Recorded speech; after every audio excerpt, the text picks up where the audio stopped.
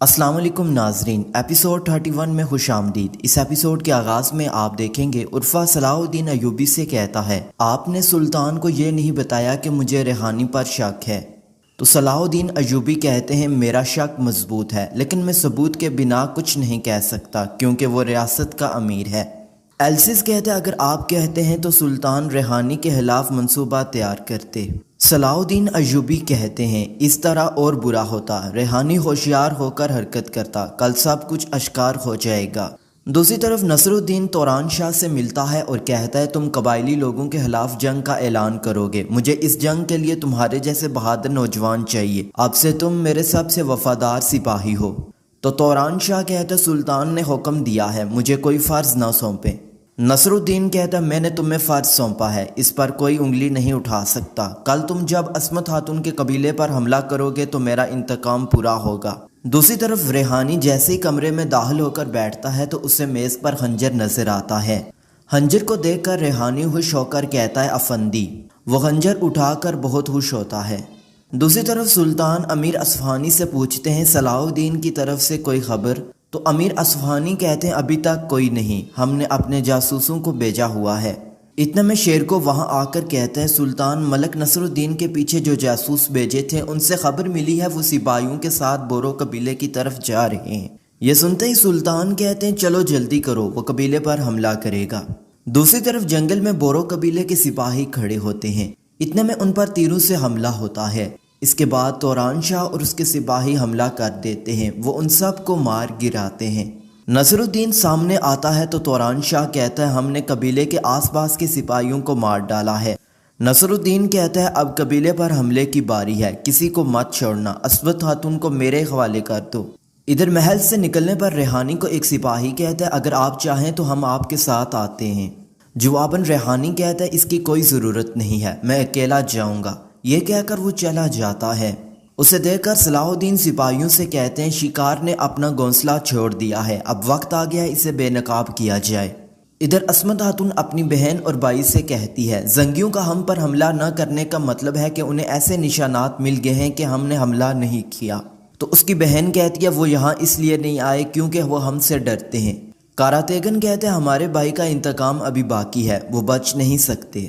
پھر عصمت خاتون سپاہیوں سے کہتی ہے، بہادروں، یہ جنگ کرنے کا وقت ہے، ہمارے سردار کا انتقام لیا جائے گا۔ اسی دوران نصر الدین تلوار لہراتے ہوئے قبیلے میں داخل ہوتا ہے۔ اسے دیکھ کر امیر منصور کہتا ہے، یہ تو ملک نصر الدین ہے۔ تو عصمت خاتون کہتی ہے، تم یہاں کیوں آئے ہو؟ جواباً نصر الدین کہتا ہے، میں اپنا انتقام لینے آیا ہوں۔ اس کے ساتھ ہی بورو قبیلے کے سپاہیوں پر تیر برسنا شروع ہو جاتے ہیں۔ پھر نصر الدین کے سپاہی قبیلے پر حملہ کر دیتے ہیں۔ کاراتیگن بھی زنگی سپاہیوں کو مار رہا ہوتا ہے، توران شاہ بھی انہیں مارتا ہے۔ یہ دیکھ کر امیر منصور اپنے لوگوں کو کہتا ہے، ہر کوئی اپنی تلوار پکڑے، مگر ثریا خاتون نہیں پکڑتی اور کہتی ہے، میں اپنے بھائیوں کا خون نہیں بہا سکتی، ایسا نہ کریں۔ جواباً اسما کہتی ہے، زنگیوں نے تمہارے بھائی کو مروا دیا اور خود تم پیچھے ہٹ رہی ہو۔ دوسری طرف ریحانی آگے بڑھ رہا ہوتا ہے جبکہ صلاح الدین اس کے تعاقب میں ہوتے ہیں۔ ادھر بورو قبیلہ ایک جنگ کا منظر پیش کر رہا ہوتا ہے۔ نصر الدین کہتا ہے، کسی کو زندہ مت چھوڑنا۔ اتنے میں ایک سپاہی آ کر نصر الدین کے کان میں کچھ کہتا ہے جس سے وہ کافی پریشان ہوتا ہے۔ ادھر کاراتیگن اور توران شاہ آمنے سامنے آ جاتے ہیں۔ توران شاہ کہتا ہے، تم تو بہت مشہور ہو کاراتیگن۔ کاراتیگن کہتا ہے، میں اپنی تلوار سے بولتا ہوں۔ اس کے ساتھ وہ دونوں ایک دوسرے پر حملہ کر دیتے ہیں۔ دوسری طرف امیر منصور بھی اپنے سپاہیوں کے ساتھ حملہ کرتا ہے۔ عصمت خاتون لڑتے ہوئے کہتی ہے، سب کو مار دو، کسی کو زندہ مت چھوڑنا۔ دوسری طرف کاراتیگن توران شاہ کی تلوار گرا کر اپنی تلوار اس پر تان لیتا ہے۔ پھر کاراتیگن اور عصمت خاتون کی تلوار فضا میں ہوتی ہے تو عصمت خاتون کی تلوار کے ساتھ ایک تیر آ کر لگتا ہے، سب کے سب رک جاتے ہیں۔ تیر مارنے والے سلطان ہوتے ہیں اور بلند آواز میں کہتے ہیں، اگر کسی نے حرکت کی تو میرے تیر کا نشانہ اس کا سر ہوگا۔ دوسری طرف امیر ریحانی خفیہ راستے سے آگے بڑھتا ہے، صلاح الدین ایوبی اس کے تعاقب میں ہوتے ہیں۔ آخرکار امیر ریحانی ایک گھر میں داخل ہوتا ہے۔ صلاح الدین اسے دیکھ کر کہتے ہیں، لگتا ہے شہر میں اس کا ٹھکانہ یہ گھر ہے۔ پھر صلاح الدین پارس اور ابراہیم کو لے کر اس گھر میں داخل ہو جاتے ہیں۔ پھر ریحانی اس گھر کے پچھلے دروازے سے نکل جاتا ہے اور اس گھر کو دیکھتا ہے اور پھر اس لمحے کو یاد کرتا ہے جب سنان نے کہا تھا انہیں تم پر شک ہے تو وہ تمہارے لیے جال بچھائے گا، تم اس طرح ظاہر کرنا جیسے تم اس کے جال میں پھنس گئے ہو، اسے اپنے پیچھے آنے دینا، وہ میرے جال میں پھنس جائے گا۔ اس خیال کے بعد ریحانی ہنستے ہوئے کہتا ہے صلاح الدین یہی تمہارا اختتام ہے۔ اندر صلاح الدین ایوبی آگے بڑھتے ہیں، ایک دروازہ کھولتے ہیں تو وہاں ایک شخص اپنے آپ کو مکمل ڈانپے ہوئے ہوتا ہے۔ اسے دیکھ کر صلاح الدین کہتے ہیں اب تم میرے جال میں پھنس گئے ہو، اپنا سر اوپر کرو۔ اس کے سر اوپر نہ کرنے پر صلاح الدین آگے بڑھ کر اس کا چہرہ اوپر کرتے ہیں تو وہ عزت الدین کی لاش ہوتی ہے۔ یہ دیکھ کر وہ سب دنگ رہ جاتے ہیں۔ دوسری طرف شیرکو توران شاہ کو مشکل میں دیکھ کر آگے بڑھتا ہے۔ سلطان کہتے نصر الدین کہاں ہے؟ جواباً کاراتیگن کہتا ہے وہ بھاگ گیا ہے، جبکہ ادھر نصر الدین اس جگہ پر پہنچ آتا ہے جہاں پر عزت الدین کی لاش ہوتی ہے۔ وہ بیٹا بیٹا پکارتے ہوئے عزت الدین کے پاس آتا ہے۔ نصر الدین روتے ہوئے صلاح الدین کی طرف دیکھتا ہے۔ ادھر شیرکو کاراتیگن کو کہتا ہے توران شاہ کو جانے دو۔ جواباً کاراتیگن کہتا ہے کیا تم اس کے بجائے اپنا سر دو گے؟ سلطان کہتے ہیں میں نے جنگ روک دی ہے، اسے جانے دو۔ عصمت خاتون کہتی ہے یہ جنگ نہیں رکے گی، آپ نے اپنے بھائی کو یہاں بھیجا۔ سلطان کہتے نصر الدین نے میرے حکم کی نافرمانی کی ہے، لہٰذا میں اسے کچل دوں گا۔ عصمت خاتون کہتی ہے پہلے آپ نے ہمارے سردار کو مارا اور اب قبیلے میں خون بہانے آگے۔ سلطان کہتے میں یہ آخری موقع دے رہا ہوں، اگر تم لوگ باز نہیں آئے تو میں اپنی تلوار نکال لوں گا۔ یہ سن کر عصمت کہتی ہے آگے بڑھ کر تلواریں نکالو۔ سلطان بھی تلوار نکال لیتے ہیں۔ پھر جیسے ہی وہ ایک دوسرے پر حملہ کرتے ہیں تو وہاں پہنچنے والا سنان کہتا ہے رکیں، اور سلطان سے کہتا ہے آپ اس کی تلاش میں تھے جو اس جنگ کو روک سکے، میں یہاں اس جنگ کو روکنے آیا ہوں۔ ادھر نصر الدین کہتا ہے تم نے میرے بیٹے کو مار ڈالا، میں تمہیں بھی مار ڈالوں گا۔ یہ کہہ کر وہ اپنی تلوار نکال لیتا ہے۔ پھر وہ جیسے ہی ان پر وار کرتا ہے تو صلاح الدین اس کا ہاتھ پکڑ لیتے ہیں اور کہتے ہیں میں فدائیوں کا پیچھا کر رہا تھا، یہ ان کا جال ہے۔ جواباً نصر الدین کہتا ہے تم ہر چیز کا الزام فدائیوں پر لگاتے ہو۔ امیر ایوب کہتے ہیں ملک حضرت یہ ایک جال تھا، سمجھنے کی کوشش کریں، مگر نصر الدین سپاہیوں سے کہتا ہے اسے گرفتار کر لو۔ سپاہی ان سب پر تلواریں تان لیتے ہیں۔ صلاح الدین ایوبی کہتے ہیں آپ وہی کر رہے ہیں جو دشمن چاہتا ہے۔ نصر الدین کہتا ہے اسے محل میں لے چلو، میں اپنے بیٹے کو دفن کرنے سے پہلے اس کا سر لوں گا۔ ادھر بورو قبیلے میں سلطان سنان سے کہتے ہیں رشید الدین سنان۔ یہ سن کر وہ سلطان کو اداب کرتا ہے اور کہتا ہے میں اپنے پرانے دوست نور الدین سے اس حالت میں نہیں ملنا چاہتا تھا، لیکن بدقسمتی سے خلیفہ حضرت نے مجھے یہ کام سونپا ہے۔ یہ سن کر کاراتیگن کہتا ہے تم کون ہو جس کی وجہ سے ہم اپنی تلواریں میان میں رکھیں؟ جواباً سنان کہتا ہے میں بازی خلیفہ حضرت خواجہ رشید الدین کا سنان ہوں۔ یہ کہہ کر وہ فرمان نکال کر پڑھتا ہے جس میں لکھا ہوتا ہے بھائیوں کا خون بہانے کے ذمہ دار فدائی ہیں، خلیفہ حضرت سب کچھ جانتے ہیں، اس لیے وہ چاہتے ہیں بھائیوں کے درمیان یہ جنگ ختم کی جائے۔ عصمت خاتون کہتی ہے سب کچھ آپ کی باتوں سے نہیں رکے گا، آپ کے پاس اس کا کیا ثبوت ہے؟ آپ نے ہمیشہ چال چلی ہے۔ سلطان کہتے ہیں عصمت خاتون ان سب کو رک جانے کا کہو۔ جواباً عصمت کہتی ہے تم نے جو کیا ہے اس سے میرے پورے قبیلے کو نقصان پہنچا ہے، میں ان کی سربراہ ہوں، میں ان کے ساتھ رہوں گی۔ جواباً سلطان کہتے ہیں سربراہ کو میں روکوں گا، سپاہیوں اسے گرفتار کر لو۔ حکم ملتے ہی زنگی سپاہیوں کی تلواریں عصمت خاتون کے گلے پر ہوتی ہیں۔ دوسری طرف نصر الدین امیر ایوب کے ساتھ گھر سے باہر آتا ہے، اس کے سپاہیوں نے صلاح الدین کو گرفتار کیا ہوتا ہے۔ عزت الدین کی لاش بھی گھر سے باہر نکال لی جاتی ہے۔ نصر الدین صلاح الدین سے کہتا ہے تم اس سے کیا چاہتے تھے؟ یہ میرا اکلوتا بیٹا تھا، تم نے اسے مجھ سے کیوں چھین لیا؟ جواباً صلاح الدین کہتے ہیں اگرچہ عزت الدین اور میرے درمیان مسائل چل رہے تھے لیکن مجھے بھی دکھ ہے، یہ سب حشاشین کر رہے ہیں، چچا آئے مل کر ان سب سے لڑتے ہیں۔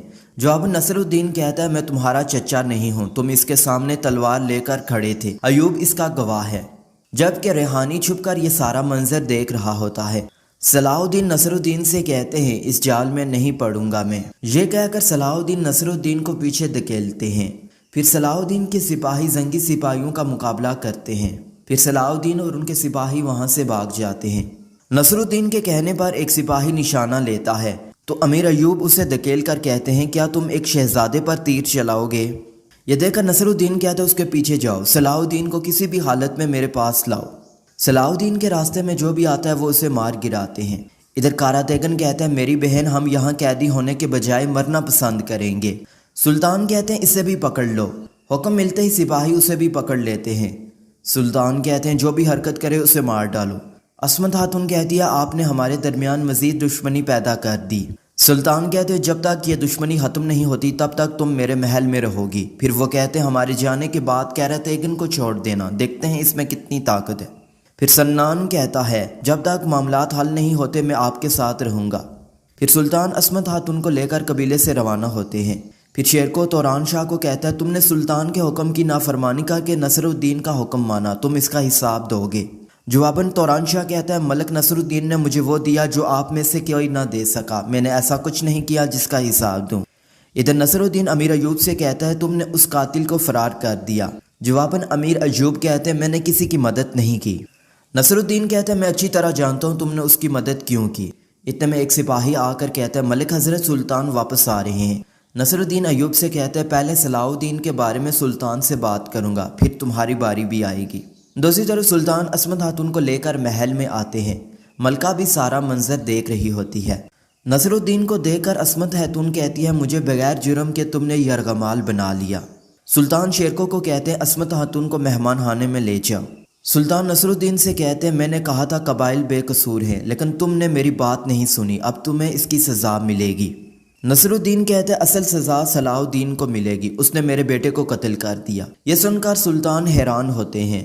اندر عصمت خاتون کا سامنا سلطانہ سے ہوتا ہے۔ شیرکو سے کہتی ہے یہ عورت محل میں کیا کر رہی ہے؟ شیرکو کہتے ہیں سلطان نے عصمت خاتون کو محل میں رکھنے کا حکم دیا ہے تاکہ قبائل کی لڑائی ختم ہو جائے۔ ملکہ کہتی ہے جو بھی بغاوت کر رہا ہے اس کا سر قلم کر دیا جائے۔ جواباً عصمت کہتی ہے اگر آپ میں ہمت ہوتی تو آپ مجھے قیدی نہ بناتے، آپ کو ماضی کا خوف اندر سے جلا رہا ہے، یہاں رہ کر میں اس محل کو آپ کے لیے جہنم بناؤں گی۔ دوسری طرف سلطان سارا معاملہ سننے کے بعد نصر الدین سے کہتے ہیں آپ کی تکلیف نے آپ کو اندھا کر دیا ہے۔ صلاح الدین فدائیوں کے پیچھے تھا، انہوں نے عزت الدین کو قتل کر کے اس کا الزام صلاح الدین پر ڈال دیا۔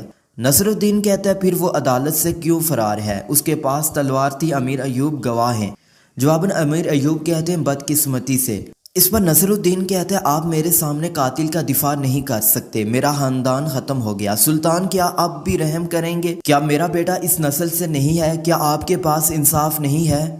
سلطان کہتے ہیں میرے پاس انصاف ہے، تمہاری بیوی کو بھی فدائیوں نے قتل کیا ہے لیکن تم نے میری بات نہ مانی، ہم جنازے کے بعد اس معاملے پر بات کریں گے۔